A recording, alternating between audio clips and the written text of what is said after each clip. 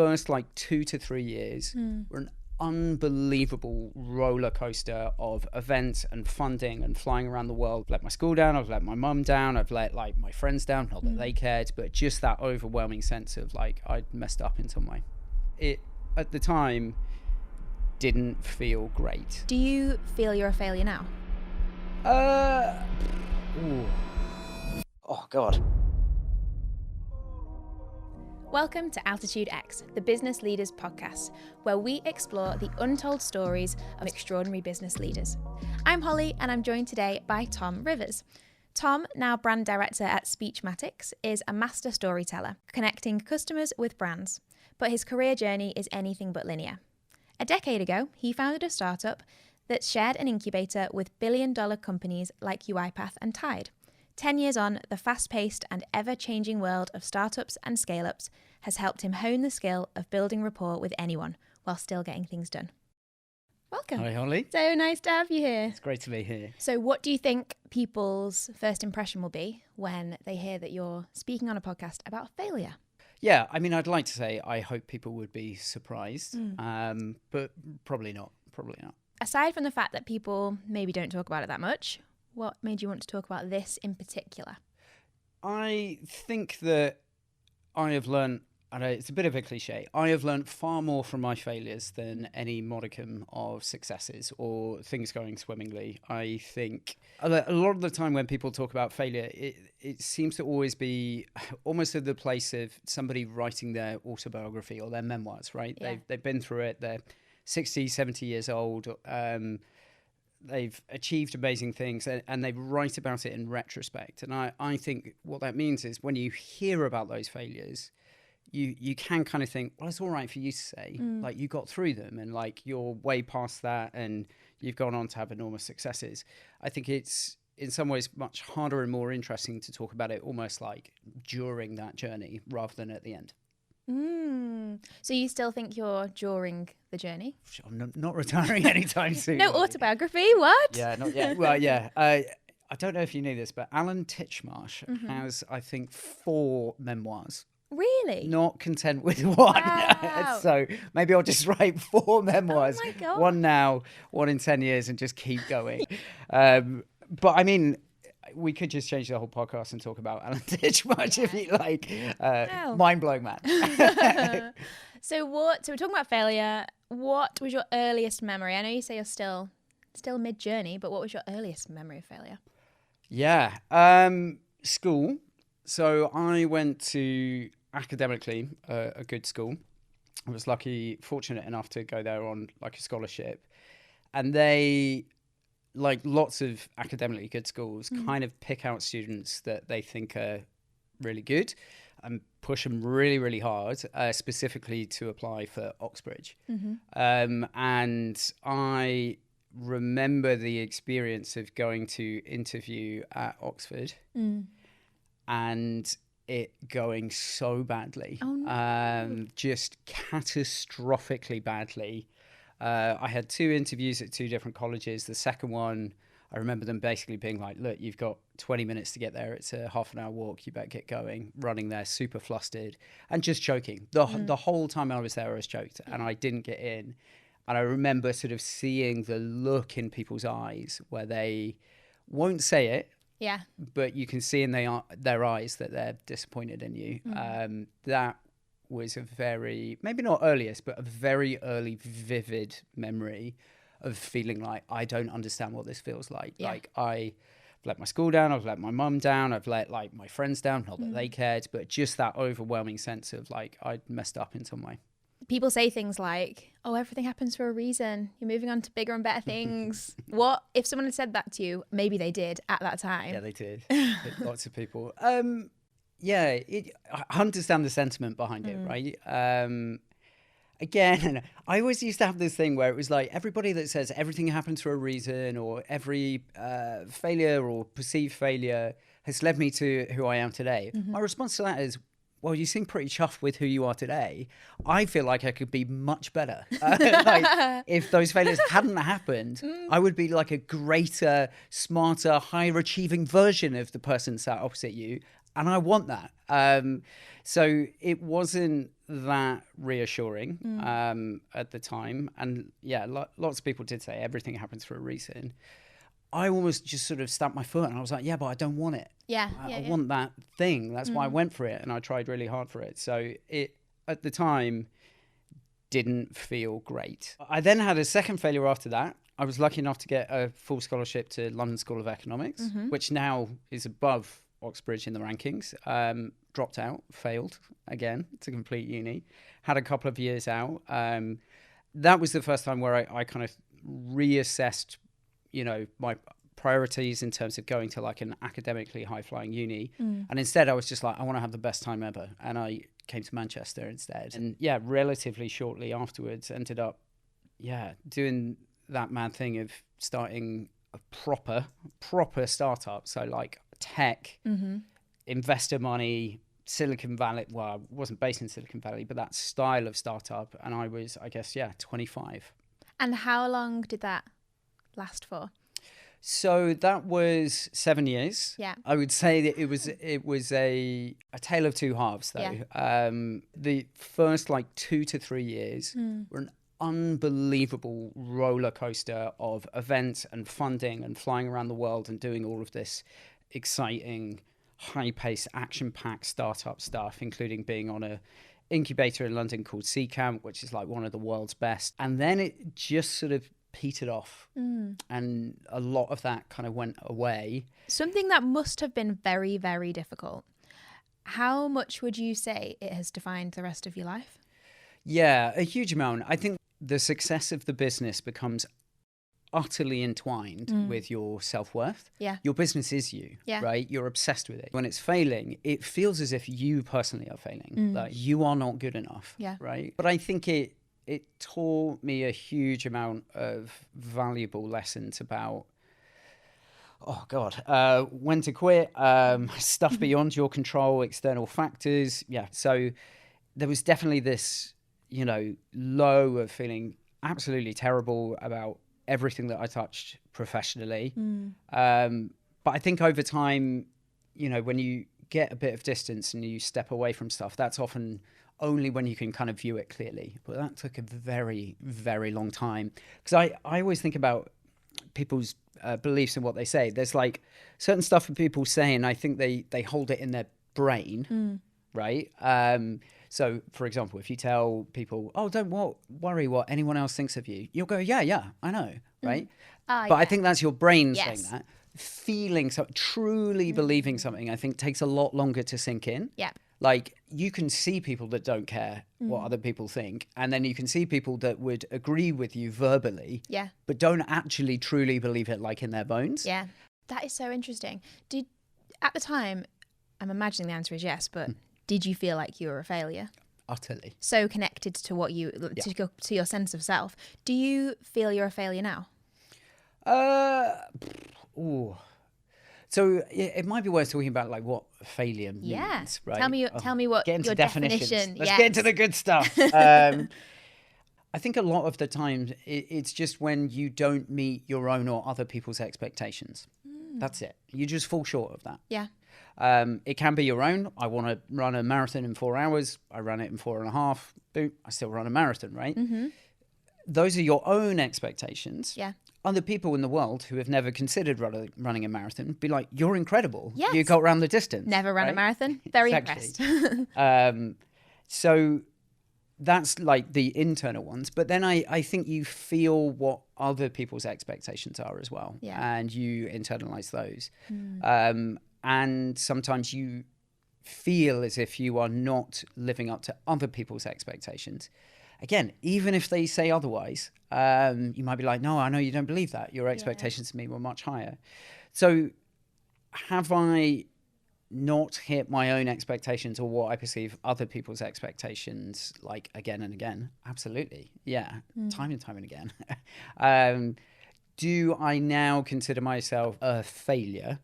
No, I don't think so. There's such a big difference there between meeting your own and meeting other people's expectations. Do you think it's fair to hold yourself to someone else's idea of what is great? Surely that's not fair. Yeah, I guess not. sometimes people are just driven by different things, right?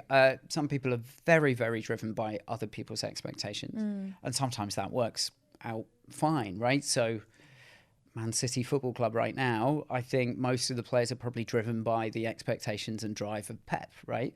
They do all right. And if they're just doing it for him, they're still achieving stuff on paper. I think I am much more driven by my own expectations of myself, and I try and set the bar for those as high as possible. But again, it's always a bit of a mix of both. I ask anyone if they don't carry around some sort of baggage of their family's expectations of them.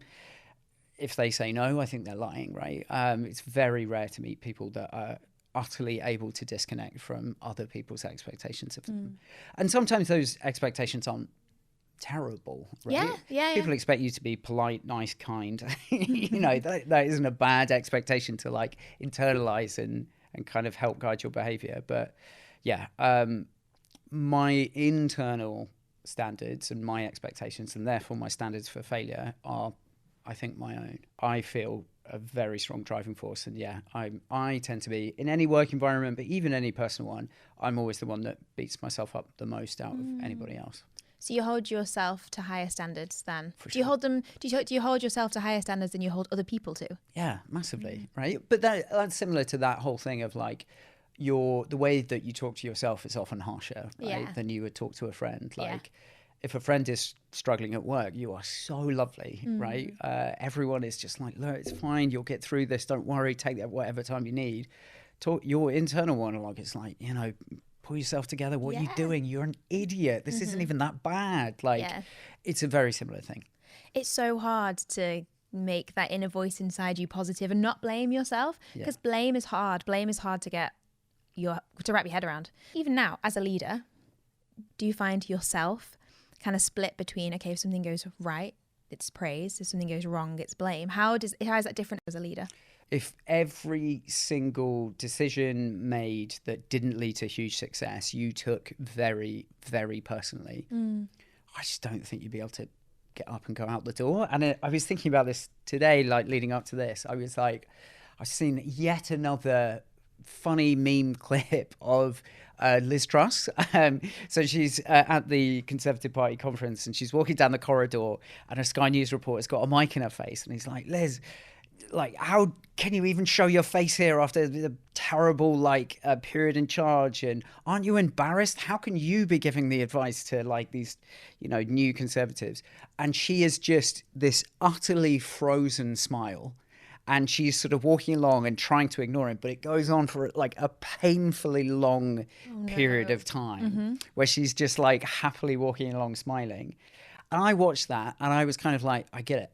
Because if Liz Truss truly believed and took responsibility for everything that everyone says she did wrong, she'd die, right? Like if she woke up every morning and was just like screaming like, oh God, what did I do? I'm like the worst prime minister in the history of the country. She would never go outside. No. So I think you can see it happening where she's constructing, or like whatever it takes, all of these defense mechanisms to not feel that, right? And I kind of respect that she can, like she can turn up to the Conservative Party conference and want to do a speech about the future of the Conservative Party, because she's been able to like build those defenses and walls that means that to an extent she doesn't have to confront that awfulness. And I think lots of people just do this in their daily lives, right? It's like if you truly accepted all of your failures like head on, you just wouldn't get out of bed ever. So I kind of get it. Surely there are drawbacks though of that. Surely that has some implication on when you get home and the barriers come down, or you just scream. You just scream into your pillow, or sometimes you can say something so many times you can start to believe it. Is that the case? Yeah, they definitely do that whole talking to themselves in the mirror, just being like, you're amazing. I don't know what the consequences are, because there's probably consequences if you let your guard down at some point, like come home and scream into your pillow and drink 4 bottles of wine every night. I think some people just never let it in and they just carry on completely unencumbered by, guilt or remorse or like having to confront these things. And some of them do great, I think. Donald Trump seems to be doing all right. True. I think if you asked him if he's ever failed, he'd tell you to get out, right? This like just utterly unshakable sense of like, keep going, doesn't matter, haven't made mistakes, on to the next one. And I think that can go either one way. Like, I'm quoting people that are relatively successful. I reckon if you bumped into somebody who utterly refused to accept failure and responsibility, that hadn't had an incredible career, you would just think they were nuts, right? Yeah. You'd be like, your life is a shambles, and they're like, no, like you literally, you're living in a cardboard box in a ramshackle place. Like, you should sort yourself out. And I'm like, no, it's fine. AltitudeX, the Business Leaders Podcast, is brought to you by Peak, the only AI platform for inventory and pricing optimization that delivers real commercial gains. To find out more about Peak and how you can get game-changing AI, visit us at peak.ai. So how much of your failure do you think was your own fault, and how much you blame yourself versus external factors, or, things that the people have done, or things out of your control?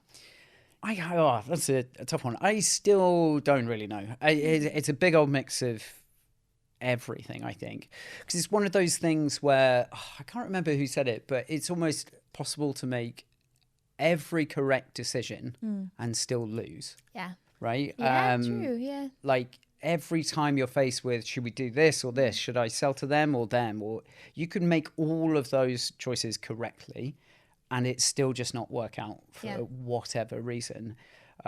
Timing, market, all this other stuff.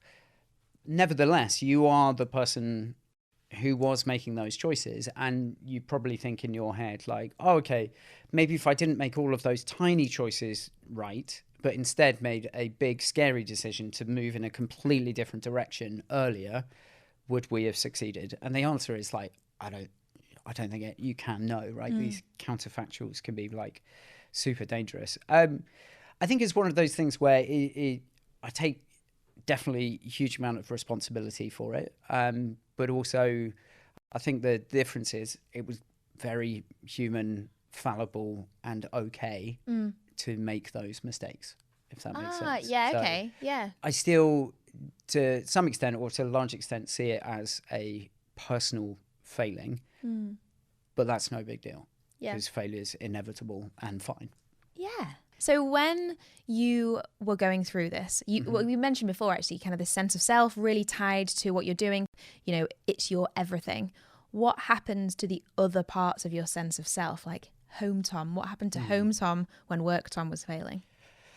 It's like any sort of spiral that happens, right? It's a weird thing that I think me, along with a lot of other people, sometimes can't be good at compartmentalizing stuff, right? So you're like, well, my work's failing, I'm rubbish at it, I'm also going to be rubbish at all of my hobbies, right? Obviously the two are separate. Yeah. And I think over time, by distancing yourself and your work, you realize that, oh, actually, so I've played football every single Monday for about 10 years with the same group of people whose only connection is a WhatsApp group, right? No one knows each other from school or uni or work. They've just gradually come together and they play Monday night football. I cannot describe how much joy it brings me. It is so they're all between the ages of like 30 and 48, and we just turn up every Monday night and play an hour of football.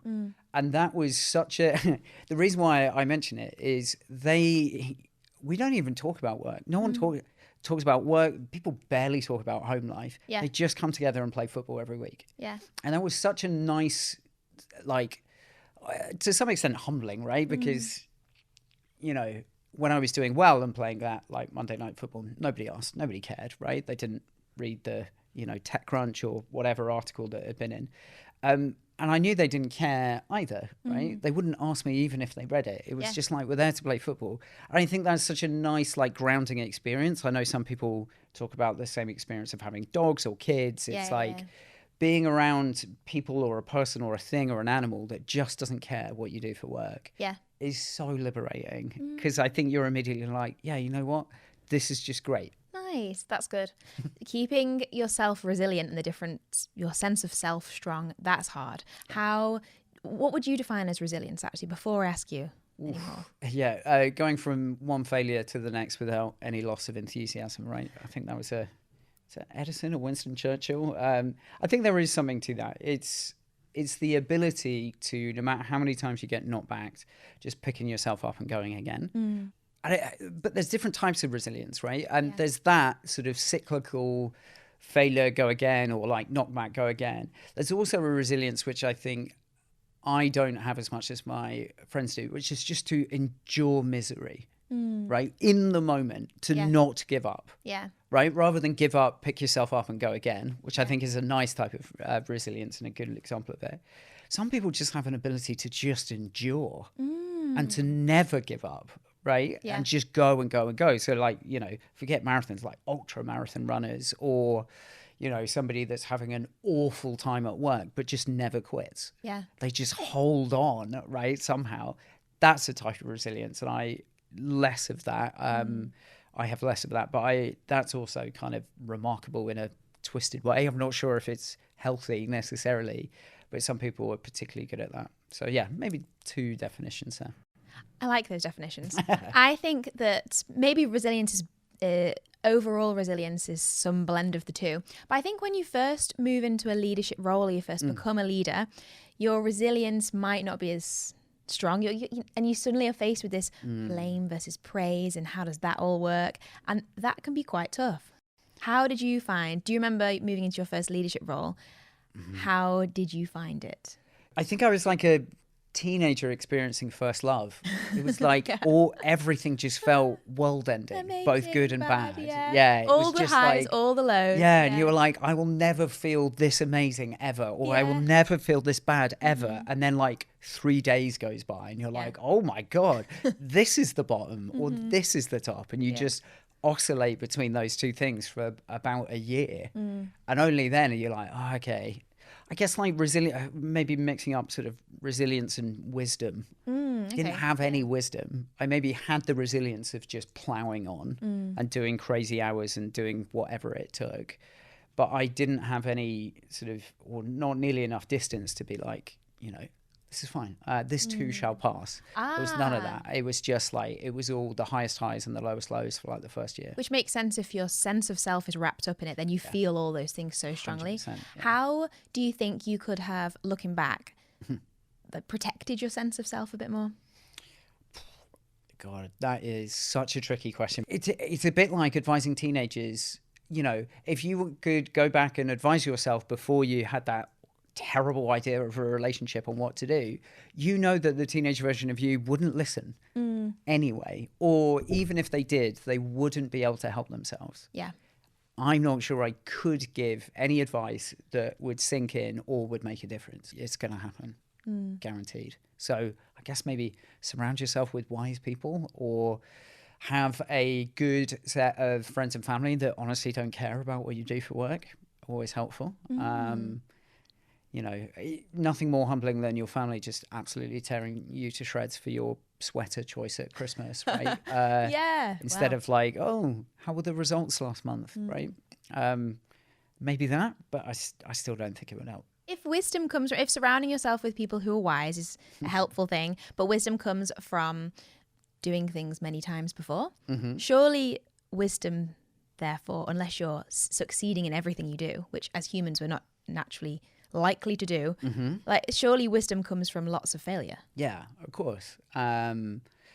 Absolutely. Well, failures, but just highs and lows, peaks and troughs, weathering storms. Ask any old enough person about politics in the UK or the US, they're usually like, you're like, no, this could literally be the end of the world, and they're like, yeah, I see. So do you think failing has made you less ambitious? Yes. I think so. My key to happiness, I guess, is lowering your expectations completely across everything, friends, family, work, and with that, ambitions to an extent, and focusing more on the day-to-day, the process, the team, and the work you're doing in the moment. I think it sounds really negative, but what it means is, if anything great happens, it is a wonderful surprise and not just like an expected outcome. I set my ambitions to, fly to the moon. Did it? Cool. Right? Because your expectations were so high, anything less than landing on the moon is probably going to be a disappointment. Yeah. Whereas if you lower them in your ambition and your ambitions too, everything feels great and lucky and fortunate and a wonderful surprise. But I still think there's scope within that kind of thinking to just try and be as good as possible in every moment, in everything that you do, but not fixate on the ambitions and the outcome. It's just be like, I love doing this. I want to be as good as possible. And I want to get better every single day, and then see where that ends up. And it may turn out that, like, despite not having as grand ambitions, that you actually get further. Yeah. When you look back, do you have any regrets? See, that's another really interesting one, right? Because it's like that fork in the road thing. Some people, no regrets. It was meant to be, right? Yeah, it was meant to shouldn't happen, have regrets because you wouldn't be sat here right now. And if you regret anything, you're saying that you're not happy with where you are right now. And part of me sometimes is like, I could have an island somewhere, right? Do I have regrets? Well, I don't have the island or the super yacht. So kind of. Not really. I think one of the important things about maybe is, like, I don't have regrets because I feel proud of how I conducted myself the whole time. Yeah. Right? So I didn't, sell my soul to the devil or throw anyone under the bus or do anything horrible, I hope. Maybe I did. No ethical failures. Yeah, exactly. It's easier to not have regrets, I think, if you try and have that, strong sense of ethics, and then the sort of practical matters play out how they will. I think the biggest regrets in life often come from deep moral or ethical failings, and they sting a lot more. Yeah. And my last question. Okay. What is the legacy that you'd like to leave behind, personally and professionally? Legacy. God, that's such a big word. Yes. Nothing spectacular or grand. I don't think I'm going to get people into space or have books written about me or anything like that, and I think that's okay. You never know. I think a nice legacy would just be that, on the whole, people just had a fantastic time. I think one of the things I've always wanted to achieve, maybe for one person that works in the same company or team for me, would be to look back at the time we worked together and say, that was the best professional experience I had. Either the work we were doing or the way that we worked together or the dynamic as a team, they are that was the golden era. And that was, for whatever reason, I had an amazing time there. And if I could be a part of that memory in some people's mind, that would be amazing. That would be so lovely. Even if it was something small or insignificant, I think having that beautiful moment where the stars aligned and everyone just seemed to be absolutely flying, and to be there and be a part of that would be great. I love it. Sounds very wonderful. Well, thank you very much for chatting to me today. It's been so great to talk to you, and it's been great to cover failure because, as you say, sometimes we don't talk about failure enough. It's really important. We all go through it. And so hopefully you've enjoyed it too. Loved it. Thanks so much, Holly. Thanks. To find out more about Peak and how you can get game-changing AI, visit us at peak.ai. Make sure you're subscribed to be the first to hear our next episodes. From everyone at Peak, thanks for listening, and catch us next time.